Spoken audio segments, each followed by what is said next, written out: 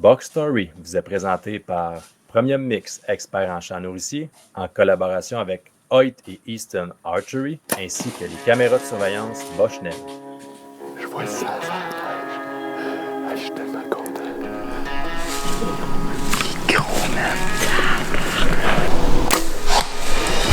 C'est ça!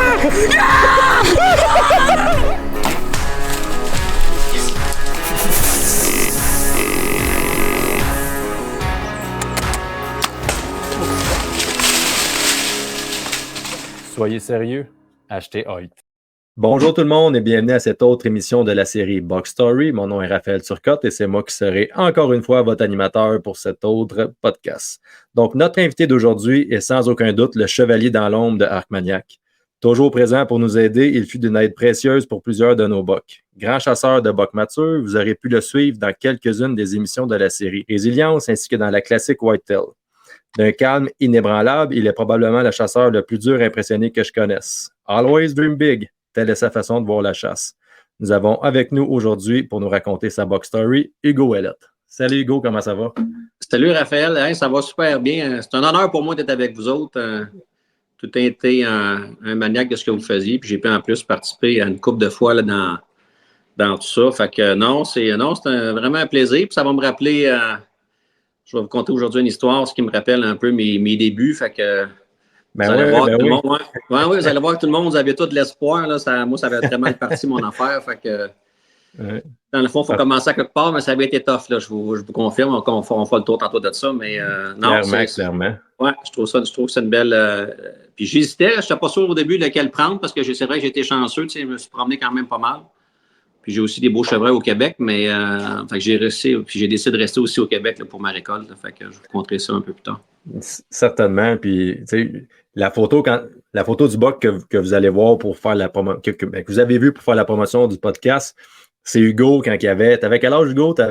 Ben, j'ai pas sorti ma date, mais je pense que j'avais 21 ans. Là. J'ai commencé à chasser, j'avais 15 ans. C'est mes chums qui m'emmenaient avec eux autres. Là, fait que ça m'a pris 6 ans avant de récolter mon premier chevreuil. Fait que t'es dur à te connaître. Aujourd'hui, on vieillit tous aujourd'hui. Ouais. Là, fait que ça fait quasiment 30 ans de ça, donc ça fait un méchant bout. Donc, bref. Mais hey, avant qu'on embarque là-dedans, Hugo, dis-moi donc, tout comme de notre côté à nous, là, l'année passée, tu étais dans la classique Whitetail en équipe avec Charles Doris.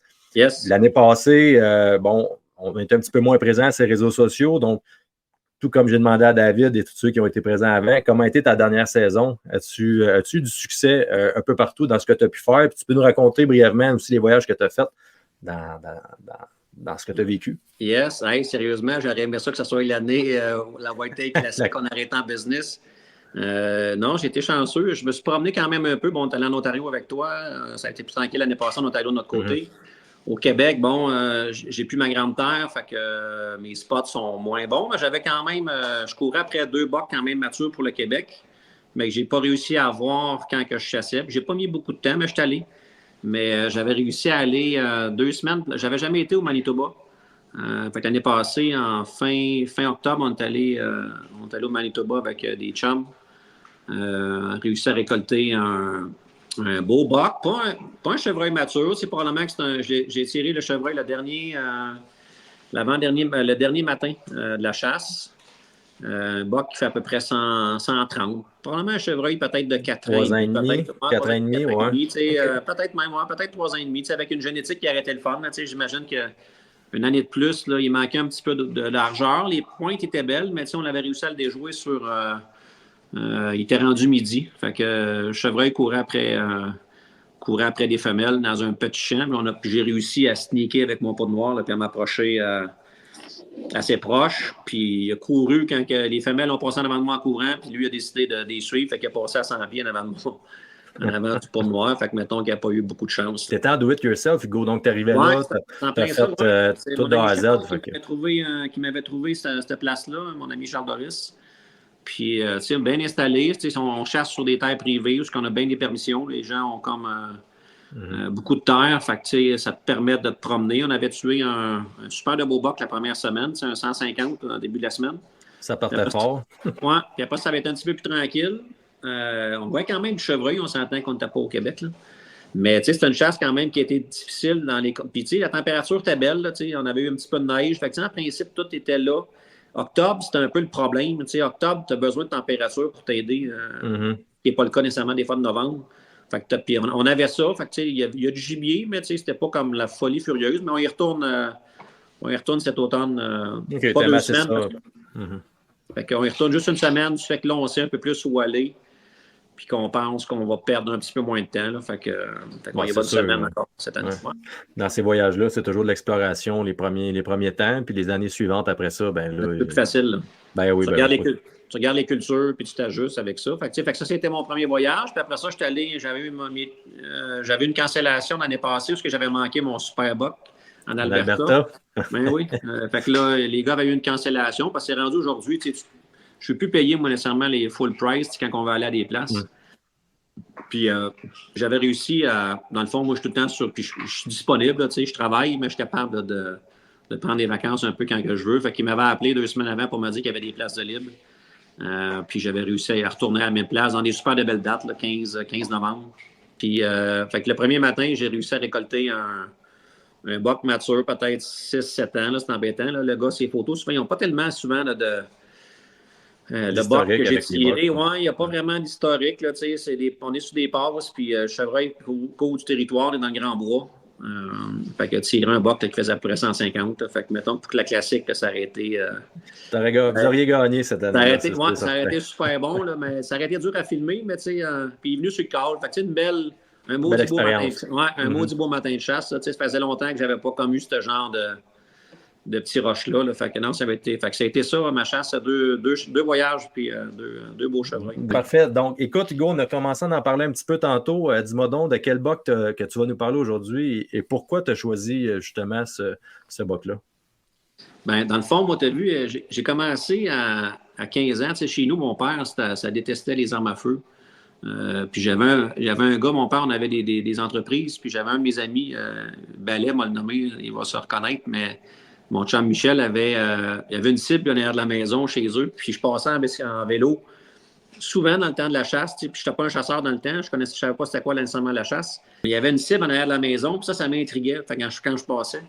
Puis à un moment donné, quand j'ai passé, là, j'ai vu qu'il était en train de se pratiquer, fait que j'ai pas fait ni un ni deux, j'ai arrêté, puis je suis allé le voir, fait que il me disait que lui, il se pratiquait pour la chasse. Puis je vous dirais que je savais même pas que ça existait de la chasse. Là, moi, c'était plus l'arc qui me parlait. Puis il me disait, on chasse à telle place, dans 7, puis j'ai de la place pour toi si ça te tente.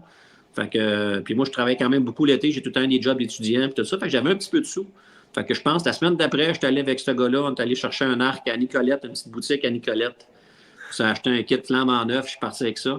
Fait que là, j'avais manqué de temps pour cette année-là pour faire mon pace-coff, fait que j'avais pas pu chasser. Mais l'année d'après, j'étais prête. Puis à partir de 16 ans, après ça, j'ai commencé à chasser avec ces gars-là. Fait qu'après ça, j'avais les frères Yargeau, c'était des méchants moineaux. Des gars qui étaient aussi plus vieux que moi, qui prenaient un méchant coup. Mais c'était des chasseurs, mais d'après moi, puis moi aussi, dans ce temps-là, on aimait ça faire la fête, puis la chasse, c'était pas vraiment c'était un prétexte pour aller. Mais tu sais, fait qu'on a commencé comme ça. Là, fait que le boc que je vous parle aujourd'hui, ça m'a pris 6 ans moi, avant de tirer. Puis on tirait des flèches, là, sérieusement, c'est pas parce qu'on tirait pas de chevreuil. Moi, je touchais pas. J'avais comme probablement un genre de boc fever, je sais pas trop. Mais je touchais pas au chevreuil. À chaque fois que je tirais une flèche, je les manquais, je les touchais pas. Puis jusqu'à temps que je réussisse. Puis ça m'a obligé, tu sais, quand j'ai réussi à déjouer ce mort-là. Mais à partir de là, ben mes succès de chasse, ce sont après ça, ça a été comme. Il y a des fois qui disent, ben, t'as un singe dans ton dos, là, mais moi, j'en avais un. Puis après ça, j'ai plus jamais regardé en arrière. Après ça, je pourrais dire que j'ai été probablement plus chanceux. Tu sais, que la majorité de mes chums, quand on chassait, j'ai réussi à récolter plusieurs beaux spécimens. Fait que, bon, ça a été de briser la glace. Ce qui a été long, c'est de briser la glace dans ton cas. Puis, tu sais, on n'avait pas de technique. Tu sais, on était niaiseux sur un méchant temps. Là, tu sais, c'était pas. J'aurais des anecdotes à vous conter là, pour la journée complète. Là, on apprenait. Tu n'avais pas de. Même les axes étaient plus ou moins performants. Puis on essayait de. Il y avait des revues. À l'époque, tu avais beaucoup de revues qui existaient. Là, moi, j'achetais. L'information était dure à aller chercher, contrairement à aujourd'hui. Fait qu'on lisait beaucoup. Puis Flatsoy anglophone, parce qu'on s'entend si tu ne parles pas anglais. t'avais pas de... Tu sais, avant tout chasse-pêche, c'est sûr que ça n'existait pas. Fait que, tu sais, mais j'aimais ça, des revues, probablement que j'en achetais.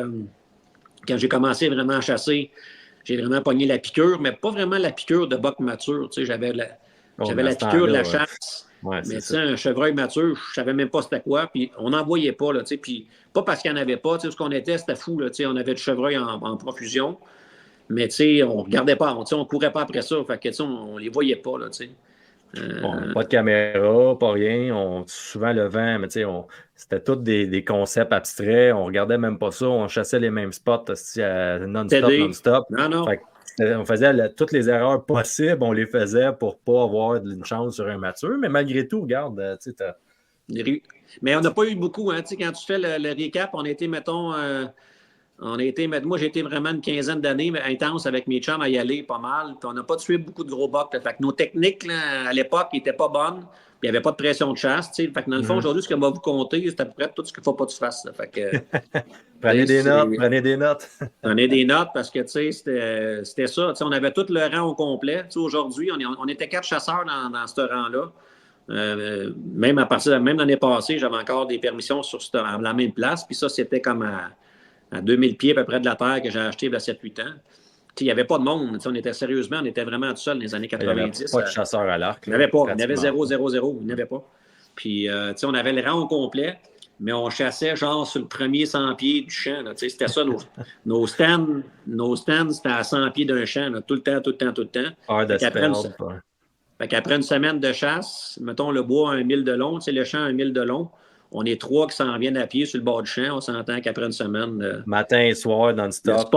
Le spot. Puis, le matin, on y allait pareil. Là, le champ, c'était pas nous autres, c'était pas une barrière. Là, on rentrait là-dedans, puis on poussait tous les chevreuils, mais il n'y avait aucune stratégie. On ne contournait pas les champs de maïs. On montait là-dedans en pick-up jusqu'à l'autre bout. Puis, les chevreuils... mais c'était les bonnes années. Il n'y en avait pas de problème. Il y avait des chevreuils. C'était moins dommageable. Puis la pression était comme un peu plus faible. Fait que le chevreuil n'était peut-être pas aussi nerveux.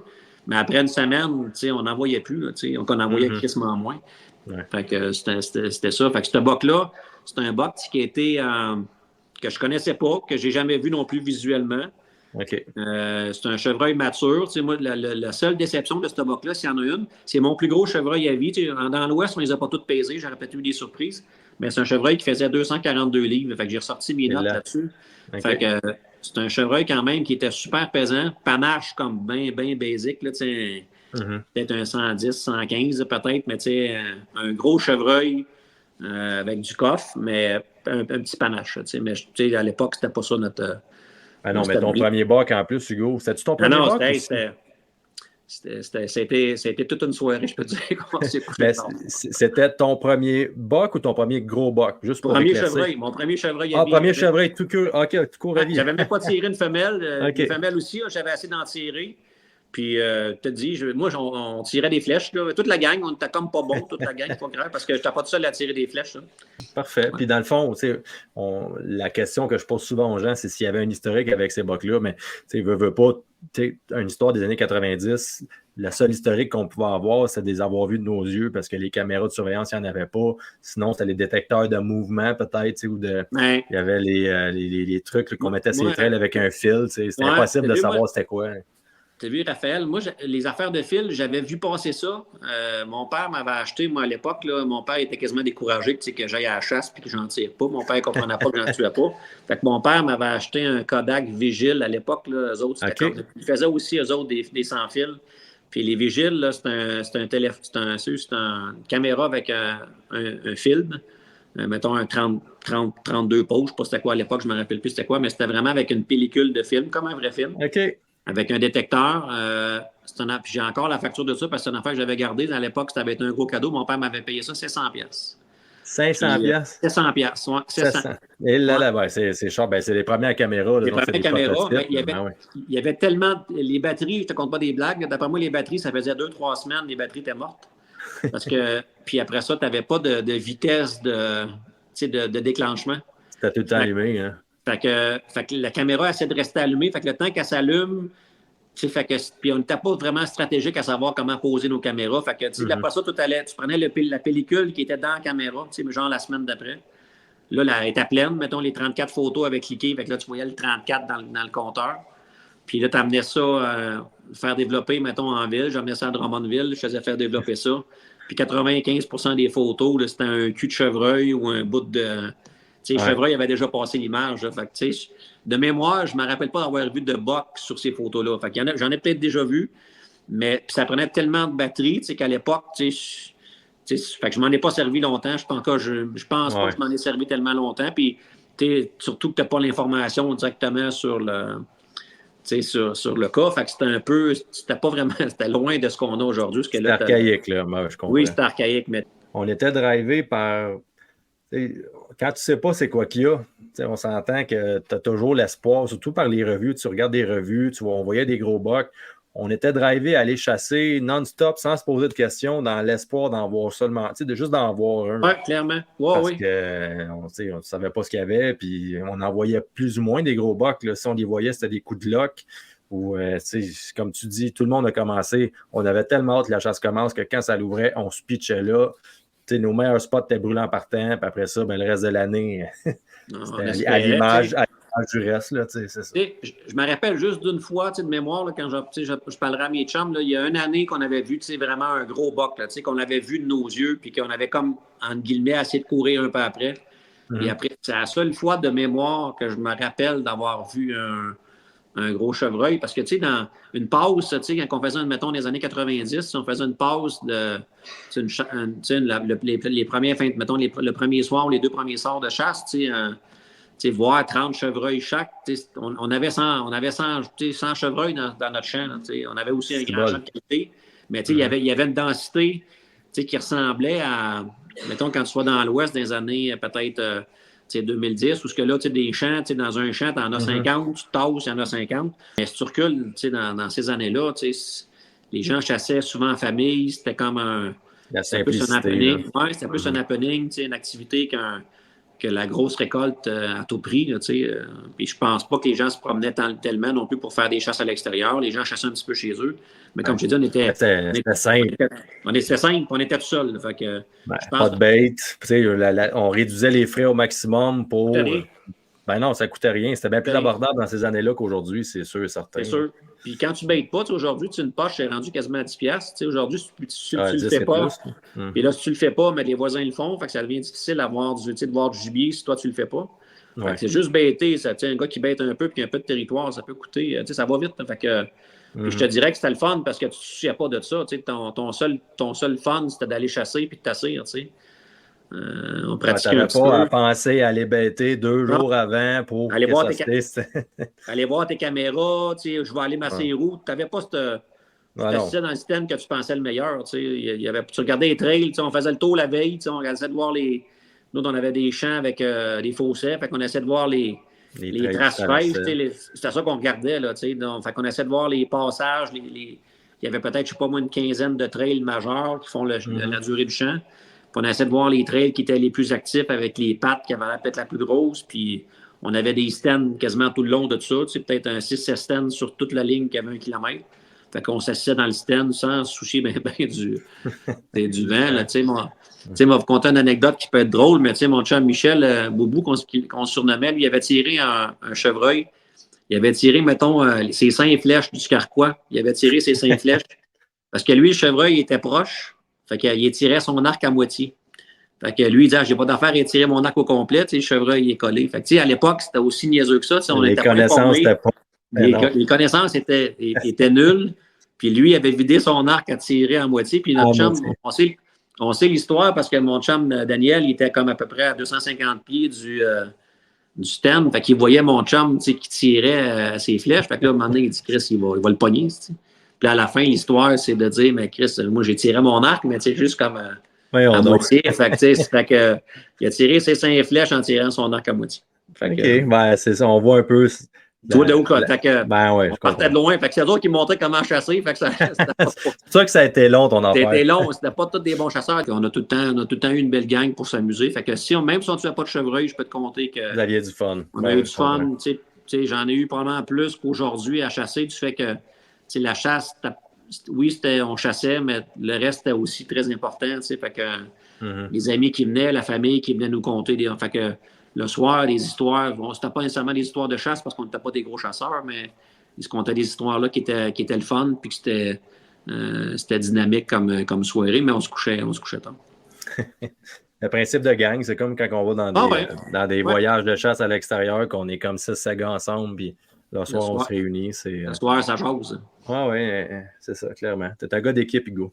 Ouais. Donc, je t'invite à me raconter, là, on a parlé un peu comme de l'historique un peu de tes premières années, tout ça. On va rentrer dans la journée du kill, puis m'as invité, écoute, ça fait longtemps ton histoire, là, mais rentre quand même dans le plus de détails possible de ce que tu te souviens de le vent ou ce buck-là, il avait-tu été vu avant ou je te laisse aller, tu peux commencer n'importe où, c'est-tu 2 semaines avant, une semaine avant, mais bref, je te laisse aller là, pour que tu nous racontes. Nous autres, tu as vu, je m'ai essayé de faire un bon résumé de ça. Dans le fond, nous autres, on avait chassé en début septembre ou octobre à l'arc. Puis à l'époque, tu n'avais pas de saison de carabine. C'était de l'arc. La deuxième saison, c'était la saison d'arc. Mais ça existait aussi à l'époque. On avait une deuxième saison qui était en novembre. Puis je ne sais pas si on n'avait pas vu grand. Que j'avais pas tué de chevreuil, en tout cas, la première saison. J'avais vraiment tiré des flèches parce que c'est sûr j'en tirais tout le temps. Mais pour moi, j'avais manqué mon coup encore une fois. Puis on ne prenait pas nécessairement de semaines de vacances quand pour la deuxième parce qu'il faisait froid. Puis on avait un petit camp, mais sérieux, il manquait une planche, genre, il y avait un pouce, fait que quand on couchait dans le camp, c'était vraiment pas chaud. Il ne fallait pas lâcher le poil. Non, il ne fallait pas lâcher le poil, c'est sûr, puis c'était pas tellement grand. Puis moi, j'avais arrivé, il m'a dit c'est le jeudi ou le vendredi, dans ce temps-là, j'étais probablement au cégep, fait que mes horaires étaient un peu plus flexibles. Puis j'avais arrivé comme le jeudi soir, mettons, on m'a dit que c'est le jeudi parce que c'est peut-être le vendredi, mais c'est pas grave dans l'histoire. Mais quand j'avais arrivé le jeudi soir, mon chum Daniel avait un stand à peu près à. On avait on chassait tout le temps sur le bord des champs. Fait que, c'était pas compliqué nos affaires. Là, on avait des stands souvent à 250 pieds un de l'autre, mais tout le long des champs. Fait que c'était ça, la stratégie, c'était ça. Fait que, on avait. Fait que. Puis mon chum avait vu un beau buck dans un scrape que j'avais fait. Puis on prenait, pour faire ce gratté-là, à l'époque, là, j'avais vu ça dans des revues américaines, on prenait justement un film pellicule, là, les petits boîtiers noirs, qu'on mettait les pellicules de tac. Puis on prenait ces petits caps-là, puis on mettait genre la moitié du produit, mettons, dans le fond du pot. Dans le fond du petit copeau avec le petit film. Puis on perçait le couvercle avec un micro, avec une petite mini aiguille, juste pour faire un paquet de petits trous pour pas que l'eau affecte pour pas que les gouttelettes réussissent à rentrer dans le couvercle. Puis on mettait ça dans un gratté qu'on faisait ou qui existait, puis on mettait une branche, puis on l'enterrait comme flush à la surface. Fait que ça faisait une odeur qui était comme permanente, qui était permanente, puis qui n'était pas trop affectée par l'humidité puis l'eau.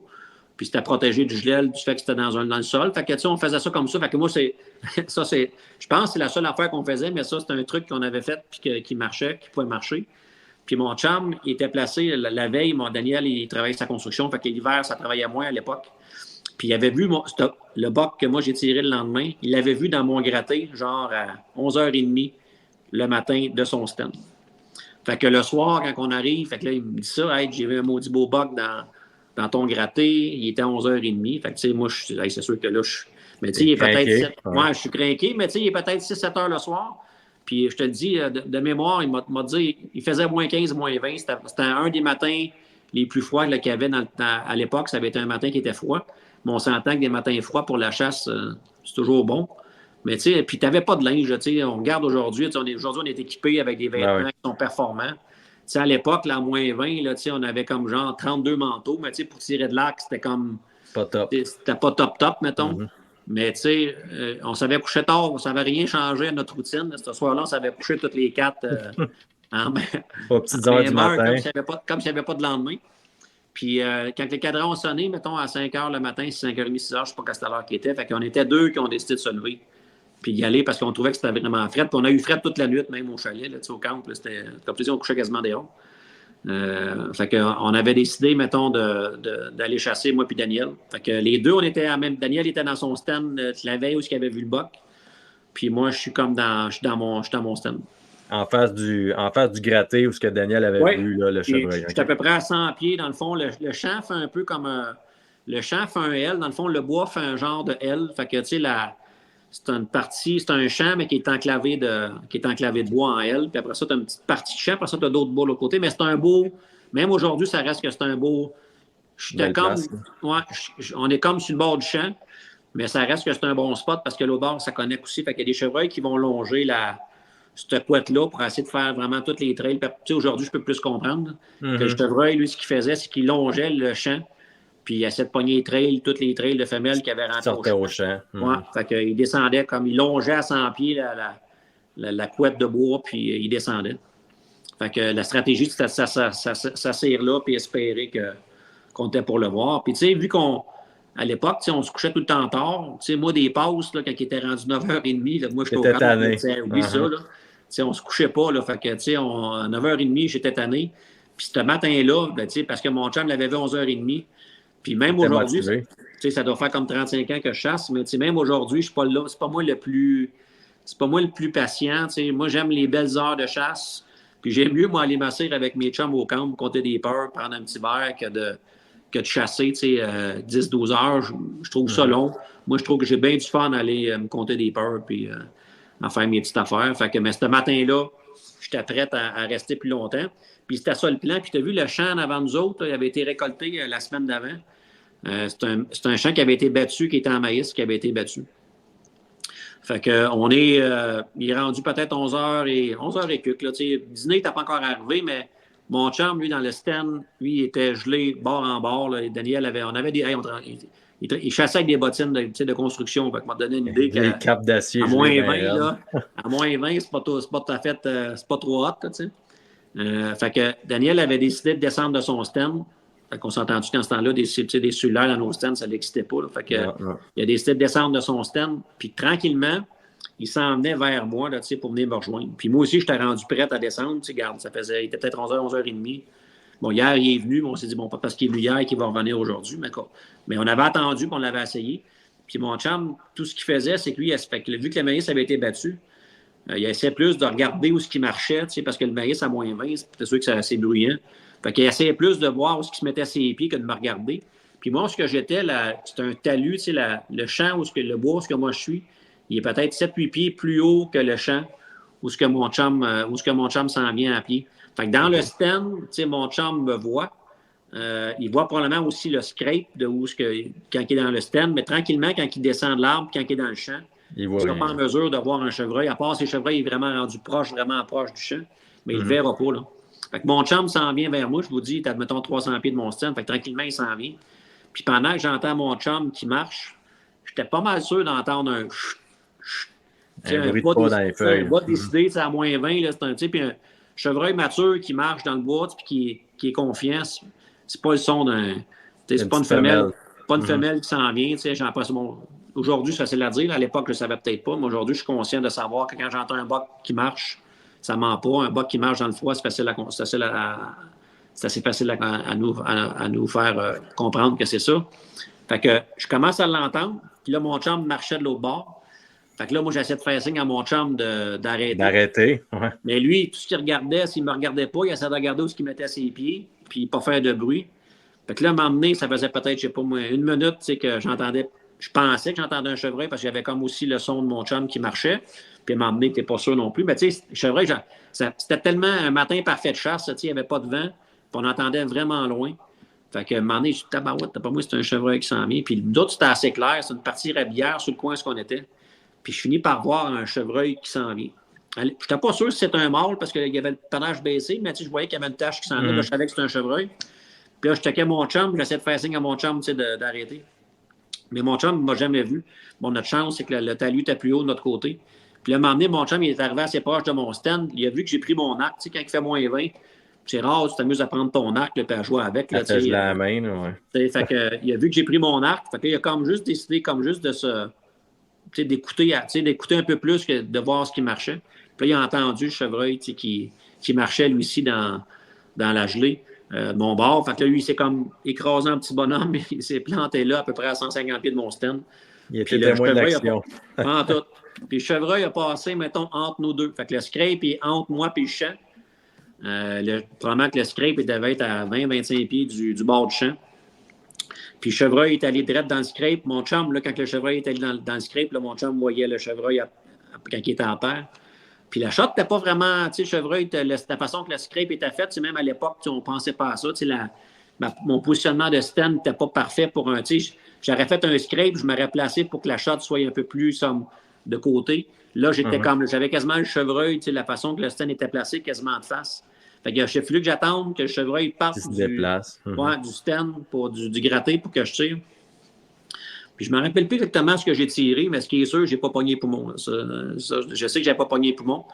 Puis le chevreuil est parti avec ma flèche. Fait que là, mon chum voit le chevreuil puis qu'il part. Fait que on attend peut-être, te dit... Tu as pris sur toi, Hugo, parce que tous les autres chevreuils d'avant, tu n'avais jamais été capable de leur toucher. Non, là, cette fois-là... Là, je ne sais pas, là, j'ai comme eu un... Puis je te dis, j'avais des manteaux. Un gros boc en plus, là, tu sais... J'avais tous les outils pour que je le monte, mettons moins 20, gros manteau, je me rappelle même pas comment j'étais habillé, je le vois après. Puis quand je vois le kit que j'avais, c'est sûr que je n'ai pas chassé de même, là, parce que le kit que j'avais, c'était un Sport Chief, là, puis ça, c'était crissement pas chaud, je m'en rappelle. C'est un kit qui était le fun pour chasser l'arc, mais c'est pas ça que j'avais dans l'arbre. C'est sûr que c'est pas ça que j'avais dans l'arbre parce que je n'aurais pas chassé longtemps. Là. Fait qu'on j'ai pogné le chevreuil est parti avec ma flèche. Fait qu'on a attendu un petit peu, peut-être une 5-10 minutes. On est descendu, je suis allé voir mon chum, on a regardé si on avait un petit peu de sang, on a vu du sang. On a arrêté ça là, puis on est parti au chalet. Ouais, parti au chalet, se réchauffer un peu, puis réveiller nos chums qui dormaient encore. Puis là, on a dit qu'on a tiré un beau boc. Mais tu ce que je t'arrête, Hugo? Là, dans le fond, ton chum est dans le champ, le chevreuil est entre toi puis ton chum. Ouais. Toi, tu t'étires. Tu tires comme plus ou moins vers ton chum, mais vers le champ, si tu veux. Oui, carrément. Le chevreuil, dans le fond, il était entre les deux, là, vraiment. Là, il était aussi proche, d'après moi, que mon... J'ai fait une... Ouais, moi, j'avais peut-être une shot de 25 mètres. Mon chum, en met le 25 mètres, plus la distance après ça, du bois. Fait que mon chum, il était probablement aussi proche. OK. Le chevreuil, il l'a jamais vu? Non, jamais vu. OK. Puis là, il a passé dans tes traces, ce boc-là? Le chevreuil a comme tourné, dans le fond, entre les deux, parce qu'il a retourné dans le bois, puis il a reloupé derrière de moi. Dans le fond, il a retourné de où ce qui arrivait. OK. Mais quand il a passé par l'eau scrape, toi, dans ce temps-là, on ne se souciait tellement pas d'où on mettait les pieds. Il a-tu passé dans tes traces? Oui, il allait passer dans mes traces. Il était là, moi, j'arrivais du champ. Là. OK, il n'a pas passé encore. Il était pauvre, mais il était rendu là. Il était rendu là. OK, quand tu l'as tiré. OK, parfait. Oui. OK, je te laisse continuer. Je voulais rien que savoir un peu. Oui, il était rendu vraiment là. Moi, j'avais traversé dans le coin, c'est sûr, parce qu'à côté de ça, c'était comme, vu que la terre, le bois était plus élevé que le champ, tu avais comme une côte à monter. Fait que, le matin, j'aurais pas monté. On ne montait pas là. Les chevreuils descendaient là, c'était facile pour eux autres. Mais nous, on ne montait pas là pour rien. Ça avait peut-être 7-8 pieds, ça, cette butte-là. Puis là, plus le fossé. Okay. Ça faisait souvent une belle descente qui était, mettons, hasardeuse si tu avais les pieds, mettons, un peu gelés. Donc, on arrivait souvent du coin de la terre. On arrivait plus bas, puis c'est ça. Oui, puis après ça, on montait le coin. Fait qu'il était vraiment proche de nous autres. Fait que, puis les vents devaient être bons pour pas qu'ils nous entendent, ni mon chum, parce qu'il aurait dû entendre mon chum, c'est sûr, marcher dans le maïs. Marcher, oui. Mais il nous a jamais vu. Je te laisse continuer. C'était rien qu'un petit... mettre les gens en contexte. J'étais curieux de savoir s'ils avaient passé au travers de tes traces sans s'en soucier ou bien si... Je pense pas qu'ils avaient passé. Mais tu sais, ma flèche... Puis, à l'époque, je n'étais pas certain. Ma flèche, on savait qu'elle avait pogné le chevreuil, mais tu m'aurais dit, aujourd'hui, je vais me faire un devoir d'essayer vraiment de voir ma flèche, c'est où l'impact, c'est où ci, c'est où ça. Mais là, les premières flèches, là, je l'ai pogné. Je l'ai pogné, puis là, j'étais comme, on l'a eu, on va le trouver, c'est sûr, qu'on se disait.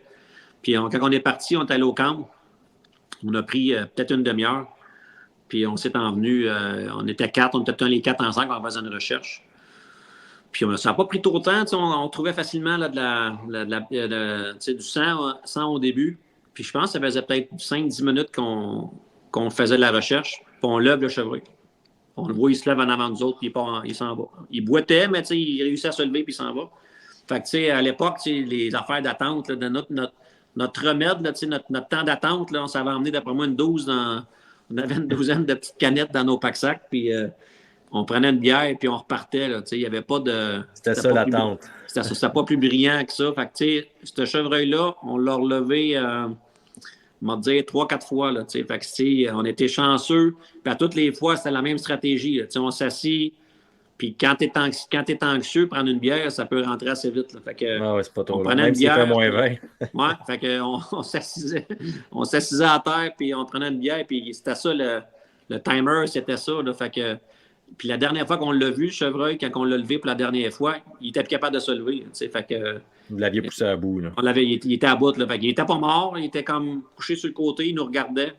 Mais il n'était pas mort. Fait que là, j'ai avancé avec mon arc puis ma flèche, puis juste avant que j'arrive, il s'avait recouché la tête, là, mais fait que c'est un des...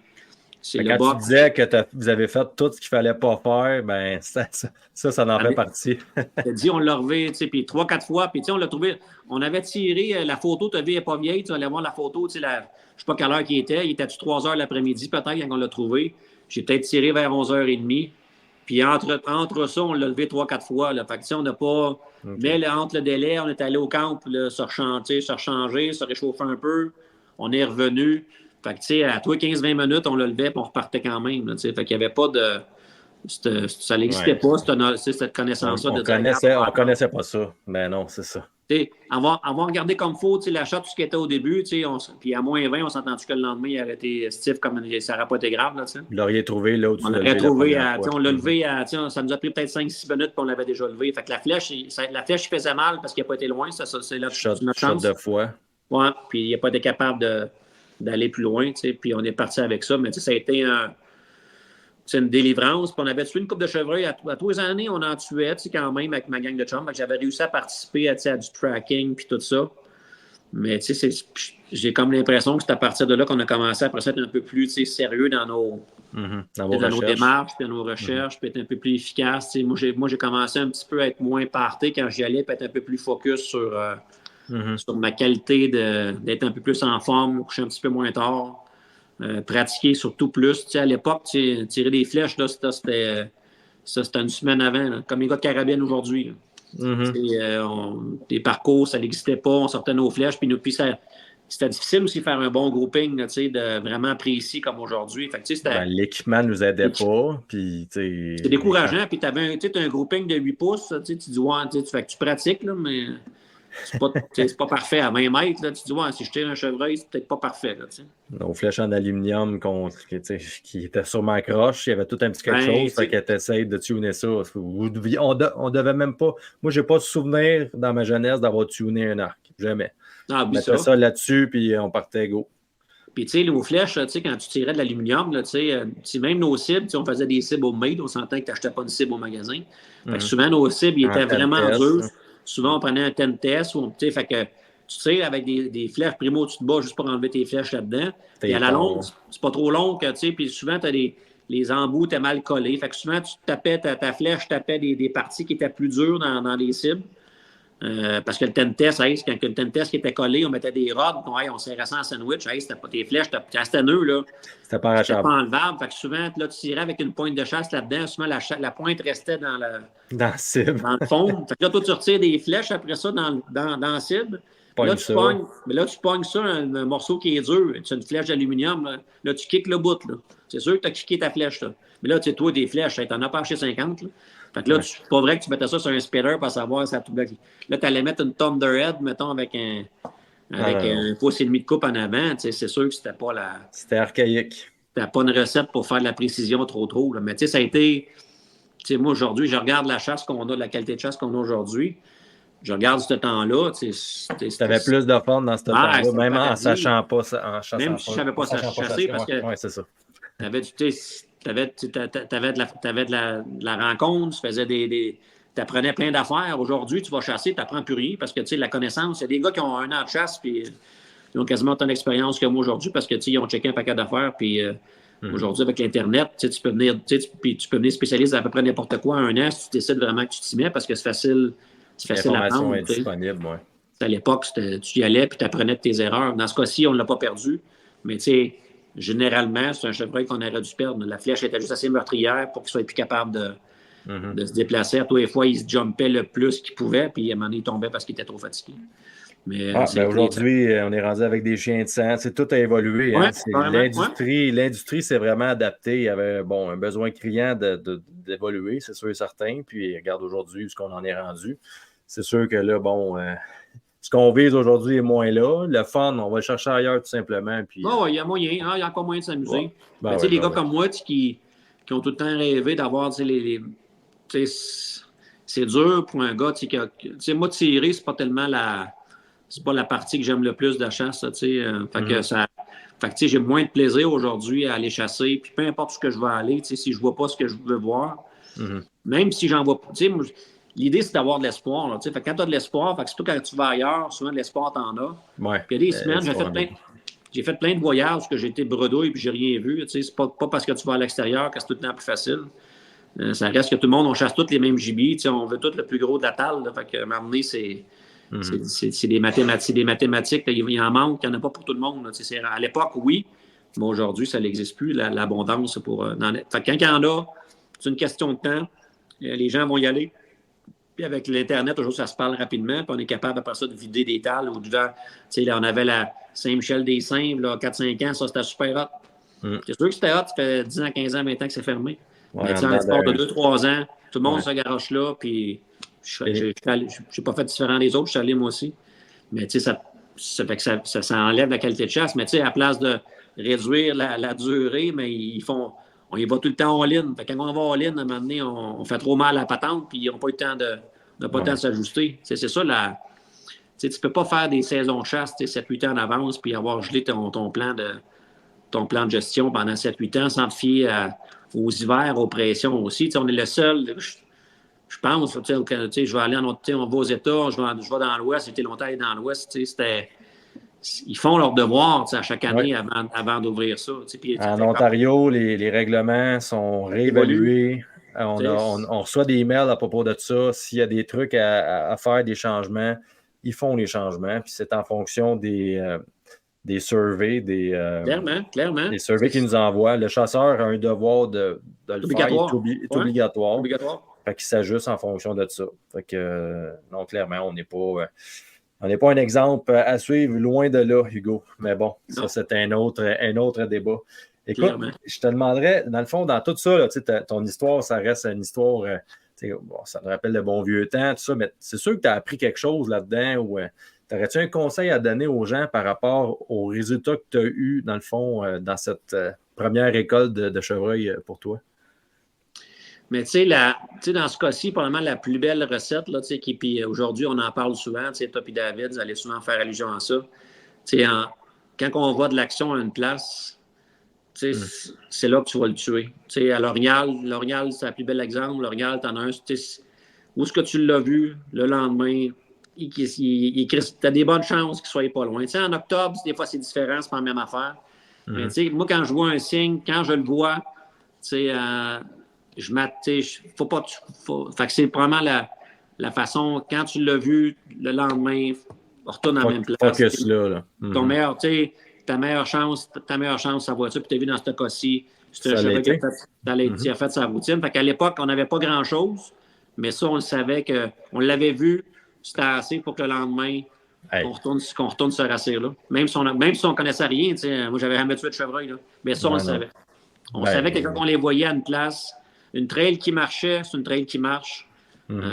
Chevreuil qui se déplace, puis en novembre, ils sont sortis. Puis nous autres, il n'y avait pas de pression. Avec un chevreuil qui se déplaçait du point A au point B, il y avait des bonnes chances que le lendemain, à part s'il y avait eu une femelle qui l'aurait bloqué ailleurs, mais il cherchait ce mâle-là.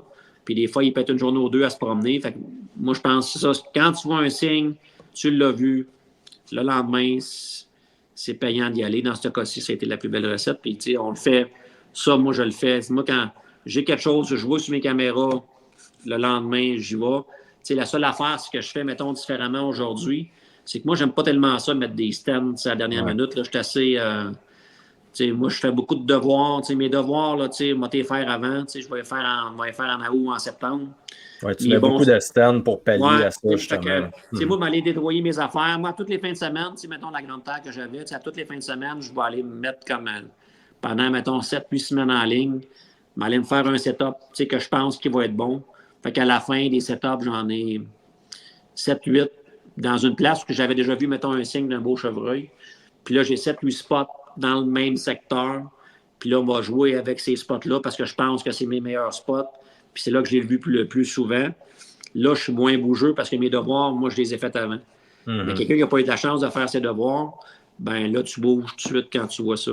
Puis, puis moi, des affaires dans un petit arbre, pas de ligne de tir, j'aime pas ça non plus. Fait que, moi, j'aime ça avoir... moi, je vois là la scie mécanique, là, je vois 2 semaines avant, 3 semaines avant avec la scie mécanique, la perche télescopique à mécanique, puis je me fais des lignes de tir, je me rouvre ça jusqu'à 40, 50 mètres si je suis capable. trouve pas ça blanc, je ne suis pas niaiseux, mais je me fais des lignes de tir pour être capable de tirer à peu près partout. Fait que quand je m'en vais du spot, ça m'a pris souvent 1 heure et demie le faire. Puis après ça, je mets mon stand dedans parce que j'ai coupé mes lignes de tir. Puis après ça, je fais comme moi. Puis l'année prochaine, l'année d'après, ça se peut que tu l'améliores ou que tu je le le tune un déplaces. peu. Ouais, l'arbre, c'est pas lui. Des fois, je le retasse de 100 pieds. Mais souvent, tu sais, puis après 3-4 ans, moi, là, je sais que ce coin-là, là, mes mathématiques, chevreuil, il aime ça arriver de là. Sa ligne de. Le stand est en bonne place, le rendu Oui. après 3-4 ans. Ouais, là, je le sais, puis je touche plus. Fait que je suis plus comme ça que, tu sais, je suis moins agressif un peu que vous autres parce que j'aime pas tellement bouger mes stands à la dernière minute. Puis quand je les ai faites, on dirait que j'ai été malchanceux. Puis souvent, mes lignes étaient mal ouvertes, mal ci, mal ça. Puis j'ai pas été capable de tirer parce que justement, j'étais mal setupé ou j'ai mis le stand trop proche de la trail. Fait que j'aime vraiment ça. Tu sais, puis j'avais mon plaisir de la chasse. Moi, je te dirais qu'avant, c'était La préparation. C'était plus ça, là. C'était comme de préparer mes affaires. J'avais plus de fun, moi, à préparer mon setup. Puis, tu sais, quand tu as la terre puis tu as du temps, tu sais, je travaillais beaucoup, mais j'avais beaucoup de temps libre aussi pour moi. Tu sais, j'aimais ça, prendre le VTT ou le 4 roues. Puis moi, quand le chevreuil m'entendait avec le 4 roues, je me disais, il m'entend toutes les semaines. Ouais, il ça sait, change rien. Il sait que je suis là. Puis là, je m'assieds devant un setup que j'aimais. Puis moi, me semble ici, moi, je serais un chevreuil, j'arrive de là. OK, mais aller fermer la trail un peu plus loin, juste pour le forcer une petite affaire à passer. Ou m'aller nettoyer une trail qui commence à être sale, puis là, m'en la rouvrir sur 400-500 pieds pour le donner une chance qu'à ce qu'il va passer là, pour que ça soit plus facile pour lui. Fait que c'était plus. Moi, mes détails étaient souvent avant. Puis quand la chasse à part, moi, j'avais un arc ou un gun dans les mains. C'est bien rare, je me promenais avec un stand dans mon dos. Ouais, moi, c'était avant, puis tout a été comme ça, puis ça a marché, mes affaires de cette façon-là. Ben oui. Mais c'est ce qui te manque le plus, Hugo? Mettons, tu as eu une terre pendant des années. Ouais. C'est-tu le volet? Bon, aujourd'hui, tu as des permissions, je pense, un petit peu à gauche et à droite. Ouais. Mais être propriétaire de terre, ça te permettait justement de faire plus que t'aimes de la chasse, c'est-à-dire les préparations, les sites. Je me souviens, je t'allais t'aider quelques fois, tu étais souvent là. Ça te manque-tu encore, ça, ou si aujourd'hui, tu as passé à d'autres choses? Puis, ouais. Tu sais, autant, tu sais, puis à l'époque, on dirait que j'avais une job qui était exigeante, là, tu sais, souvent j'avais besoin de ça. Et j'ai eu vraiment, tu sais, malgré, tu sais, puis moi, je recule, là, 5 ans avant la COVID. Bon, la COVID, on dirait que, tu sais, j'ai eu du plaisir à chasser le Québec, tu sais, si on recule, là, 5 ans, tu sais. La terre, moi, ça a été vraiment un pur bonheur, là, tu sais, puis bon, en plus d'être de la chasse, c'est un placement, tu sais, c'est de l'immobilier. Fait que, tu sais, ça a été payant. En plus de pouvoir chasser, c'est une partie qui est le fun parce que souvent, tu peux récupérer un peu de gain là-dessus. Mais j'ai mis beaucoup d'efforts, tu sais, puis, tu sais, les efforts que j'ai mis là-dedans, tu sais, c'était démesuré. Tu sais, mettons, aujourd'hui, je me verrais plus... potentiel que... Ben, aujourd'hui, tu sais, à l'époque, je me trouvais quand même, tu sais, il y avait, tu sais, puis on a tué avec David, on a tué 5-6 bocs en 5 ans. On a tué un mature à tous les ans. Puis il y a un chevreuil, le premier qu'on a tué, on aurait dû laisser aller, qui était un jeune chevreuil qui avait peut-être un 3 ans et demi, qui avait un super de beau potentiel. C'est le seul chevreuil jeune qu'on a tué là. Mais tu sais, on avait un beau potentiel de chasse. J'ai mis beaucoup de temps, tu sais, des fois un peu trop. Puis des fois, tu en aurais fait moins, puis ça aurait peut-être marché. Mais tu sais, mais j'avais vraiment, tu sais, c'était pas, tu sais, moi, tu n'as pas travaillé. Moi, tu sais, samedi, dimanche, j'allais là, c'était pas une job, là. C'est pas une job, là, tu sais. Puis, mais j'étais prête, tu sais, quand la saison d'arc embarquait. Tu sais, t'es venu 2-3 fois avec moi, tu sais, on s'assisait dans un stand, ben c'est rare qu'on s'assisait pour le fun, tu sais, on savait que... Puis il y a bien des places que tu ne pourras pas faire ça, mais là, sur cette terre-là, tu sais, quand on recule de 7-8 ans, on était capable pas mal de pas de faire ce qu'on voulait, ça reste qu'on tirait des chevreuils intéressants, mais tu sais, on n'avait pas de 200, fait qu'on ne tirait pas des 200, mais si on aurait eu des chevreuils monstrueux, je suis pas mal convaincu qu'on aurait eu des chances de tirer des flèches parce que le setup était fait pour ça. Puis des fois, tu as des terres qui sont plus faciles à chasser.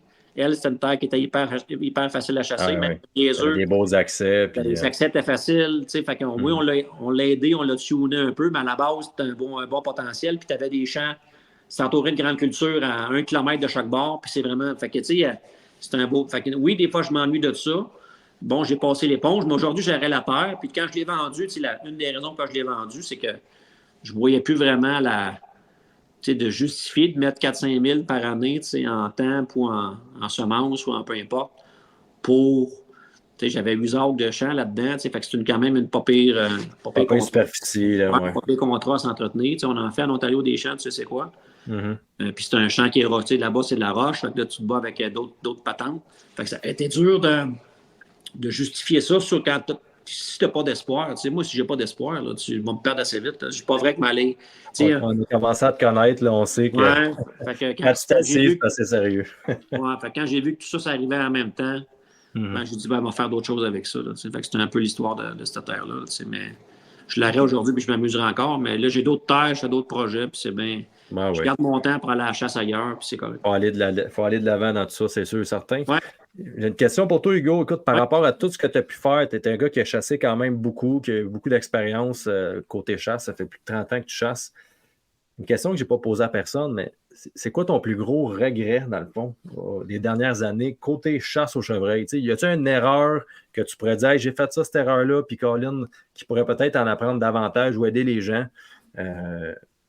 moi, à pas refaire cette erreur-là, dans le fond? Tu as vu, moi, s'il y aurait de quoi que je referais différemment, j'ai fait beaucoup de voyages, puis il y a beaucoup de voyages, puis aujourd'hui, ce que je trouve triste, là, vraiment, là, c'est que, moi, tu viendras voir les trophées que j'ai réussi à tirer avec le temps, puis c'était pas tout le temps des forfaits qui étaient tout le temps dispendieux. On est allé dans l'Ouest souvent pour des... deux mois de temps, 2 semaines de temps pour 2500$ avec les billets d'avion, le pick-up, la bouffe, l'hébergement. Ça m'aurait coûté quasiment, juste rester au Québec, ça m'aurait coûté probablement 1500$. Fait que tu mettais le billet d'avion là-dedans. Fait que ça, c'est la partie, un jeune aujourd'hui qui veut récolter un peu, moi, les trophées que j'ai réussi à mettre avec le temps.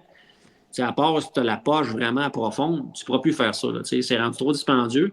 Puis, ce que j'aurais fait différemment, les gens qui vont faire des voyages de chasse, mais c'est de choisir toujours. Puis on était longtemps, toute la gang, puis je ne suis pas de seul à faire avoir fait ça. Choisir des hosties de dates moyennes. Puis une date moyenne, ça reste que c'est des dates moyennes. C'est moins cher. C'est pas pour rien que c'est moins cher. Fait que le gars qui veut se payer un voyage, qui aimerait ça voyager puis aller chasser aux États-Unis, dans l'Ouest, mais vas-y dans les meilleures dates. Ça va te coûter 1500$ de plus, mais tu as des meilleures chances de récolte. Quand tu y vas en octobre, on était chanceux, on était longtemps d'aller en Saskatchewan en octobre. Puis à l'époque, puis pourtant, ça ne fait pas si longtemps, les hivers, quand on y allait en octobre, les hivers étaient quand même belles. On était chanceux, il faisait froid. On a eu la neige souvent, en 15 octobre. On ne voulait pas y aller en novembre parce que c'était vraiment trop froid, c'était moins agréable. Mais quand tu y vas dans ces dates-là, tu as besoin de température pour être capable de faire une belle chasse. Belle chasse. Fait que les regrets que j'ai eus, c'est que j'ai été probablement une dizaine d'années à chasser j'étais allé aux États-Unis avec Eric, mon chum Tidor. On est allé bien des voyages Kentucky, en Ohio. On les a toutes faites, je pense, les places. Mais on allait là tout le temps là, mettons, je sais pas moi, le LOL. Pour pas manquer. C'est pour pas manquer. Donc là, je ne vais pas manquer le Québec. Là, fait on y allait entre nos...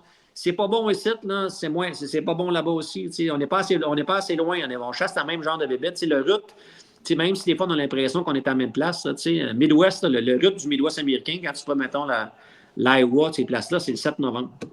Au Québec, là, on est dans ces eaux-là. On est dans ces eaux-là. Fait que, quand c'est pas bon ici, c'est pas bon là. Fait que mes regrets, c'est que j'ai mis bien du temps.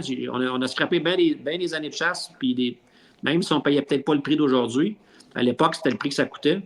Puis, tu sais, j'ai manqué. On a eu des semaines où on ne voyait quasiment pas de gibier parce qu'on n'était pas dans des bonnes périodes. Fait que, le regret que j'ai eu, c'est que, puis à cette heure, ça ne m'arrive plus. Là, depuis peut-être 7-8 ans, quand je vais dans des spots de chasse, je paye m'a payé 1500 plus si je charge 1500$ pour le rut, mais m'a prendre le rut. L'Orignal m'a fait la même affaire. Je vais essayer de prendre les plus belles dates. C'est là que tu vas avoir le plus d'interaction. On va le plus pour ton argent. Puis tu sais, un gibier qui s'en vient sur le col ou sur le gronde ou qui s'en vient sur le ratling ou qui est agressif, un chevreuil qui court après une femelle, hey, ça, c'est le fun quand tu chasses ça. C'est plus fun que d'être assis dans un arbre puis de voir un chevreuil qui passe puis que tu tires une flèche dessus. Tu n'as pas eu une grosse interaction avec le chevreuil, mais un chevreuil qui est actif puis qui chasse un autre buck dans un champ, tout ça, moi, j'ai toujours trouvé que ça fait souvent des chasses qui sont un peu plus actives, qui sont plus dynamiques. Des chasses en novembre. Puis tu as plus de chances. Fait que, tu sais, si vous avez de quoi, si vous faites des voyages, bouquez ça en novembre, essayez pas de faire des... Puis on est allé en plus, nous autres, on y allait souvent en décembre. En décembre, puis en janvier, en late, quand le chevreuil... Quand tout le monde a été chassé ça fait 3 mois. Fait que ça, c'était... Je comprends que c'est pas cher. La seule exception, je pense que tu l'avais déjà vécu, je pense, avec les gars de Campbell. C'est que tu pourrais avoir la seule affaire qu'un gars pourrait peut-être se sauver avec ça, c'est connaître un pourvoyeur que lui, à la dernière minute, il t'appelle, te dit « Hey, Raphaël, depuis 2 jours, j'en ai 4-5 qui sont dans le même champ, puis là, j'arrive, là, c'est différent. » Mais de dire que tu vas aller dans une place que le gars, ça se peut que les chevreuils ne soient même pas là quand tu vas y aller parce que la bouffe, c'est la bouffe qui va leader ça. Fait que non, ça serait ça mon regret d'avoir été dans des mauvaises dates. C'est sûr que dans toute cette histoire-là, Hugo, c'est dur. Mettons qu'en octobre, il faut être drivé par des fronts froids. C'est dur de se booker d'avance, de dire qu'il va y avoir un front froid là. Ce qui nous sauve dans les mois qui sont moins bons, donc en dehors de novembre, c'est les fronts froids. Fait que ça, à moins d'être capable de partir de dernière minute, comme tu l'as expliqué, puis de dire, OK, finalement, il y a un front froid à telle place, OK, je vais, puis bon, mais il faut avoir un horaire vraiment flexible pour faire ça. Souvent, on book ça comme des années d'avance, ces voyages de chasse. Là. Fait que, c'est quelqu'un qui est flex, il peut peut-être s'en sauver un peu, mais quelqu'un qui est pas flex, ben, all-in dans les meilleures dates, qu'on sait d'avance que c'est les meilleures dates, c'est-à-dire les premières journées de novembre. Là.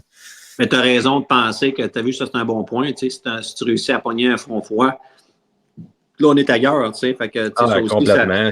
Mais ça aussi, tu as besoin de ça. Fait que même en octobre, si tu as ça, c'est pas la même game. Là, c'est pas la même game. Ça peut être super. Ça peut être aussi bon que le 7 novembre. Là, puis à l'inverse, Hugo, écoute, je t'ai demandé c'est quoi ton plus gros regret, mais qu'est-ce que tu qualifierais comme plus gros accomplissement de ton côté au niveau chasse au chevreuil? Moi, j'aurais pu dire, mettons, la terre qu'on a comme managée puis qu'on a comme amené à un autre niveau. Je trouve qu'on était rendu à la fin une belle. On a eu une belle. Puis j'ai eu du fun à faire ça en plus. J'ai eu bien du plaisir. On a travaillé pour faire des champs là-dedans, essayer de comprendre la mécanique de tout ça, comment ça marche, les accès. Fait que ça, on a réussi à faire un beau setup. Une méchante belle terre de chasse au chevreuil. Une méchante belle terre. Fait que ça a été vraiment le fun. J'ai jamais compté mon temps puis ni mon argent que j'ai mis là-dedans parce que j'ai mis les deux probablement ensemble. Là, mais c'est ça, j'ai vraiment aimé ça. Aujourd'hui, je referais ça n'importe quand. C'est quelque chose. Il faudrait juste que le chevreuil se replace, mais j'ai l'impression qu'il y a tellement de pression de chasse que même ça va être difficile. Le chevreuil, dans son 3-4 sur une terre de 50 acres. À un moment donné, le chevreuil. Avec des carabines dans les mains. Il n'y a pas beaucoup de chance tant que le gouvernement ne fera rien. Mais, on n'entend pas trop parler d'eux autres. La RTLB, clairement. Assez tranquille. Pas qu'on se fâche à un moment donné, mais un jour peut-être. Écoute, dans un autre ordre d'idée, Hugo, dans le même ordre d'idée, dans le fond, on parle de voyage, tout ça. Tu es la personne que je connais qui a le plus fait de voyages de chasse au chevreuil dans mon entourage. Donc, si je te donne seulement le mois d'octobre, donc on a dit que le mois d'octobre, c'était pas terrible, mais quand même, pour chasser. Donc, tu as juste le mois d'octobre pour chasser parmi tous les endroits que tu es allé dans ta carrière de chasseur. Tu choisirais où et pourquoi? Tu as vu, on est allé plusieurs années à l'époque en Saskatchewan. Tu avais une date, tu avais du poudre noir en octobre, le mois complet d'octobre.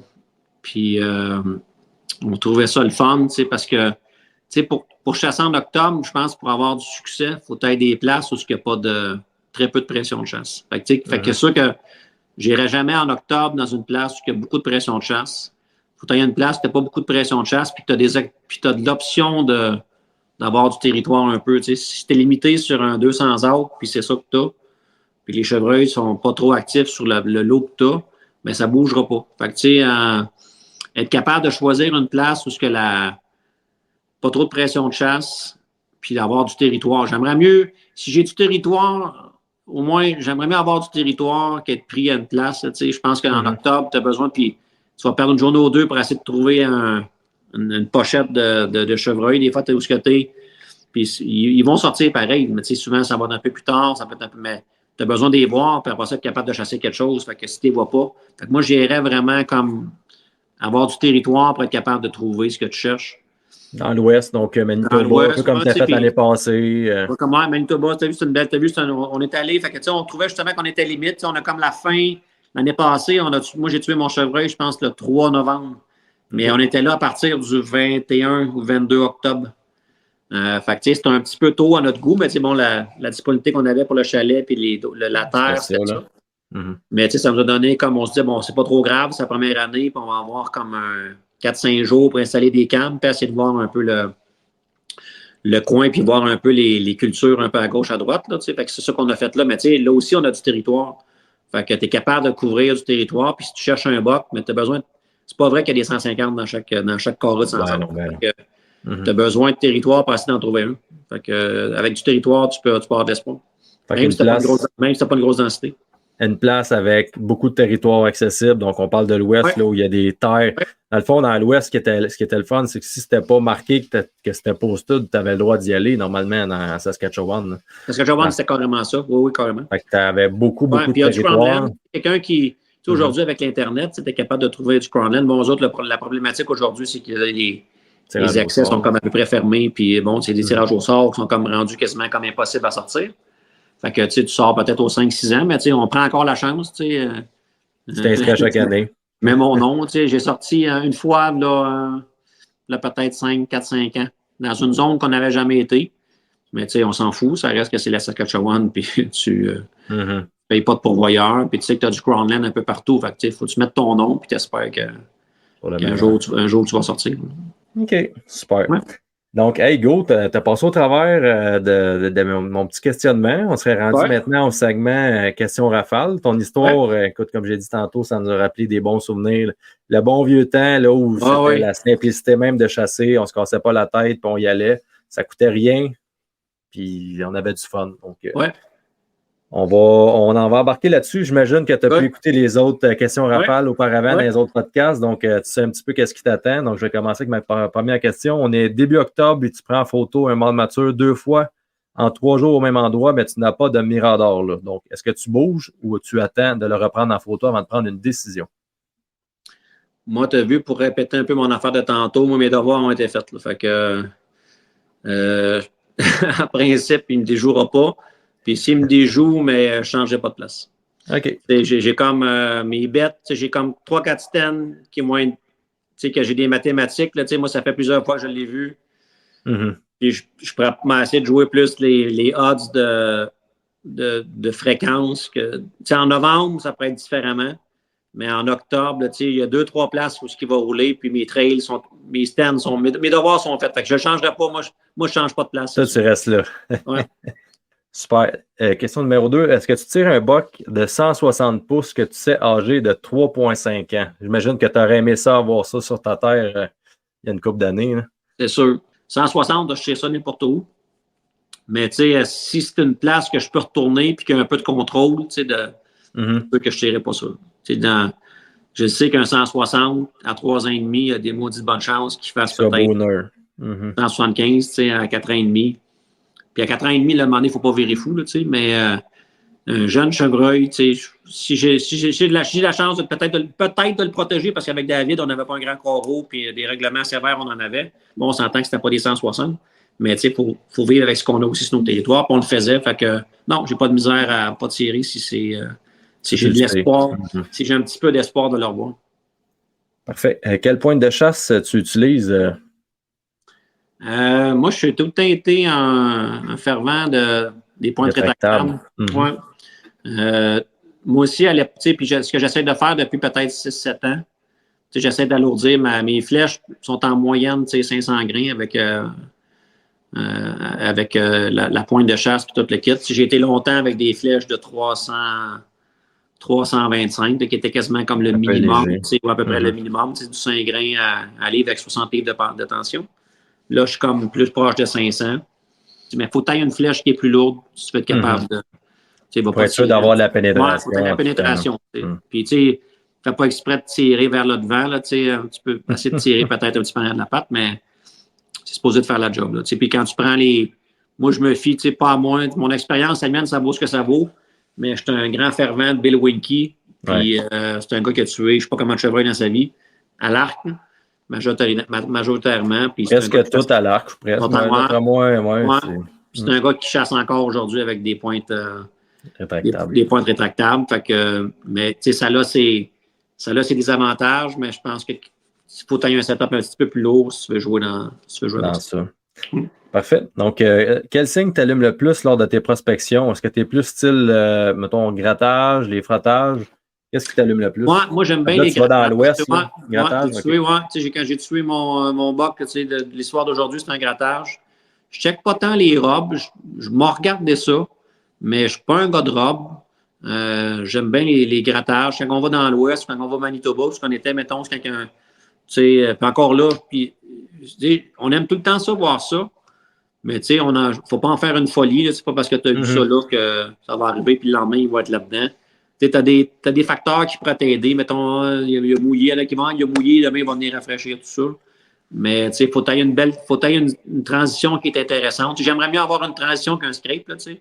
Bon, si le scrape est sur une transition, mais là, on commence peut-être à jaser un peu plus. Mais c'est sûr que quand tu vois un scrape qui est ouvert et que la terre est relevée. Elle est fraîche. Ouais. Ben là, ça me semble ça me pompe plus. C'est quoi? Le signe est plus facile à voir aussi peut-être qu'un frottage sur un arbre. Mais j'aime bien les frottages, les grattages, excuse. Parfait. Tu as ton shooter pancarte à 50 mètres avec une ligne de tir très dégagée. Est-ce que tu tires ou tu attends? Ouais, moi, je suis un gars qui tire mes flèches. Pas peur de ça. Pratique à ça aussi, ça va ensemble. Faut que tu pratiques. Là. Plus le trajet est long, ben, moins tu as de chances qu'il soit encore là quand la flèche arrive. Mais à 50 mètres, je peux comprendre qu'à l'occasion, ils ont le temps l'arbalète de se tasser. Puis une arbalète aujourd'hui, c'est. Ça dépend des conditions, hein. Il y a bien des conditions. Ouais, c'est ça qui vient avec ça. Là. On a déjà tiré des chevreuils qui n'ont pas bougé d'un maudit poil, même pas d'un poil à 50 mètres. Puis tu vas en tirer un à 23 mètres, puis il va être prêt. Il en fait que. Il n'y a pas un pareil. Tu peux pas te permettre bon, idéalement, moi, mes shots, je veux tirer toujours en bas de 30 mètres. Là, mes stands, quand je chasse, mes corridors, moi, en haut de 30 mètres, j'aime pas ça. Mais c'est sûr que si je suis au bord d'un champ puis un chevreuil qui sort dans le champ.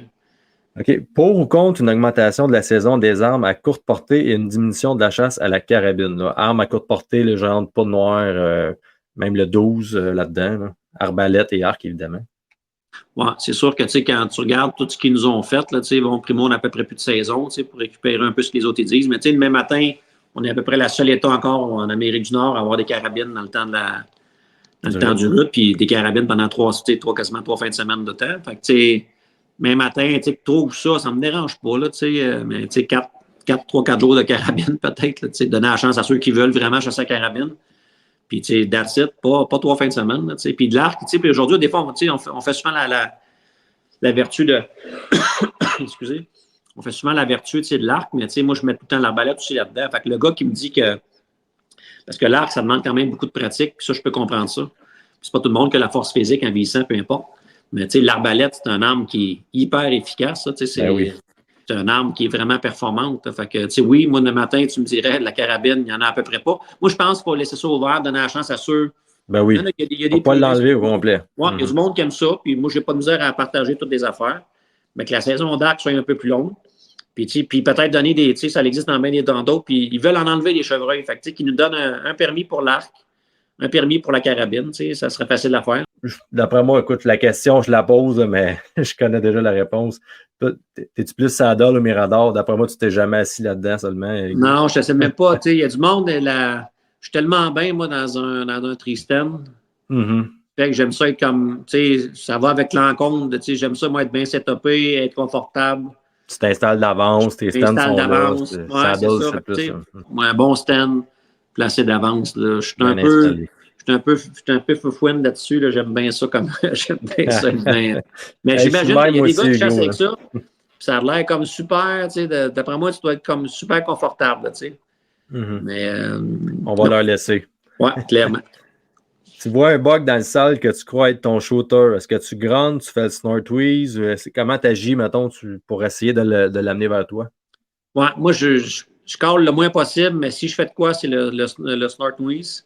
J'ai déjà essayé une couple de fois, pas encore là, puis ça aussi, tu vas avoir, c'est mitigé, c'est comme mettre un decoy, là, ça marche, ça peut marcher, là, mais tes chances sont comme, faut que tu sois prêt à perdre. Fait que, mais un chevreuil, moi, je fais rien, j'essaie de faire rien, bon, je le vois dans un champ, mais essayer de faire de quoi parce que je ne le laisserai pas partir sans que je fasse rien. Nice. On est le 7 novembre, je te donne 3 endroits pour chasser. Tu choisis quoi entre un stand à proximité d'une bête, un stand à 60 mètres d'un bord de champ de maïs non récolté et un stand sur une trail de femelles qui mène à un endroit très sale, possiblement un bedding. Tu choisis quoi entre ces 3 endroits-là? Tu as vu, moi, m'affaire un peu différent des autres. Là. J'ai tout le temps été un fervent de la bouffe. Moi, ma chasse est basée souvent sur de la bouffe. Fait que si c'est pas de la bête, j'ai des champs nourriciers. Bon, c'est un grand champ. C'est sûr que c'est pas nécessairement efficace, c'est un grand champ. On s'entend pour le Québec, c'est fini, ça. Là. Mais si j'aurais un petit champ nourricier d'un 2 acres, 1 acre, une bait, bien setupée, moi, j'aime vraiment ça. Je trouve que ça fait plus d'action. Tu es capable aussi de contrôler souvent tes odeurs. Bon, des fois, tu as une bonne idée, mettons, du mouvement du chevreuil. Fait que souvent, tes stands, même si tu as du va-et-vient, tu es quand même capable souvent d'avoir un stand qui va être propice pour ce genre de setup-là. Quand tu es proche d'un bedding, mais c'est pas tout le temps clair que ça va arriver, mettons, peut-être du côté que tu aimerais qu'il arrive. Fait que tu as peut-être plus de chances de te faire sentir parce que le chevreuil, même s'il n'est pas nerveux, laisse-moi dire, s'il t'a senti, il sait que tu es là. S'il te sent, fait, là. ça ne change rien. Fait que non, j'aime la proximité de la bouffe. Il faut que tu aies une quiétude. Là. Si tu n'as pas ça, puis le bug arrive tout le temps 10 minutes avant la noirceur, ben là, ça commence à être c'est un autre sujet. Mais moi, j'ai chassé pas mal plus souvent proche d'un champ. Les chevreuils que j'ai tirés, habituellement, ils restaient comme 2 heures de clarté, sinon ils ne viennent pas. Fait que ça l'aide aussi à dire oui, peut-être à cette réponse-là. Ben, proximité d'une bête, ça peut être, c'est pas dit sur la bête, ça peut être à 100 mètres, ça peut être, mais la bête, elle restait partie intégrante de la stratégie, puis ça a payé, ensemble, ça a payé avec des gates, ça a payé. Dans le fond, pour ajouter, mettons, si tu fais ça, si tu baites, ben, il faut que tu sois proche du bed. Du chevreuil. Il faut que tu sois dans son corps à lui pas mal. Si tu baites à 2 km d'un chevreuil, pas sûr que tu le vois à la clarté. Mais si tu as la chance de baiter et que tu sais que le chevreuil est là de jour, ben j'aime bien mes chances d'aller proche de ça quand le moment va arriver. Ouais. Clairement. Ouais. Clairement. Ben écoute, Hugo, on a fait le tour du podcast Bug Story spécial Hugo Ouellet. J'espère que tu as aimé ton expérience. Non, j'aimais ça. Merci de m'avoir invité, Raph. Ben écoute, je trouvais ton histoire originale, puis en même temps, pour inciter les gens à dire, regardez, des fois, on a tous des cheminements, des fois différents les uns des autres par rapport à notre premier premier gros buck. C'est le fun un peu d'avoir l'historique par rapport à chacun de nous. Il y a de l'espoir, ça ne définit pas. Moi, je pense qu'aujourd'hui, je suis un chasseur accompli, entre guillemets. Bon, j'ai fait des voyages, peut-être dans des chances, pour tirer des gros chevreuils, c'est plate, là, mais il faut tailler où il y a des gros chevreuils. Ben oui. Puis j'ai eu la chance, je me suis promené, j'ai fait bien des sacrifices pour faire ça, mais j'ai un pas pire trophée, un pas pire room trophée pour le Québec. Mais j'ai mal parti. Fait que dans la vie, il ne faut pas décourager. Ça peut être difficile. On peut être plusieurs années sans avoir de beaux chevreuils. Puis à un moment donné, tu brises tout ça. Puis après ça, la chasse, on a besoin de chance un petit peu aussi là-dedans. C'est pas juste faut être l'expérience, tu te ramasses des affaires, mais à un moment donné, il faut être besoin de chance. Puis ça, je l'ai eu. Puis après ça, on dirait que ça m'a donné confiance. Puis la star, quand je tire une flèche ou je tire une balle de carabine, c'est plus pareil. Hein? Quand je pèse sa gâchette, mais je peux me dire que habituellement, il est mort. Ça va à la bonne place. Ça va à la bonne place. Ça a été un plaisir, Hugo, de t'avoir. Puis on va continuer, c'est sûr certain, de se conter des histoires encore. C'était encore un peu. Ben oui, on continue notre parcours en Ontario ensemble. Écoute, sur ça, Hugo, je te remercie. Je remercie tous les gens d'avoir été là. Puis sur ça, on se dit à la prochaine fois, la gang. Merci tout le monde. Bye-bye. Merci. Bug Story vous a été présenté par Premium Mix, expert en chat nourricier, en collaboration avec Hoyt et Easton Archery, ainsi que les caméras de surveillance Bushnell. Je vois ça à la neige. Je suis tellement content.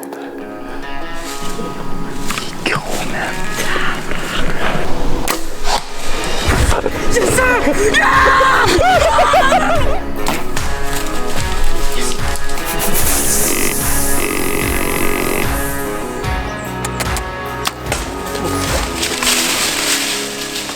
Soyez sérieux, achetez Hoyt.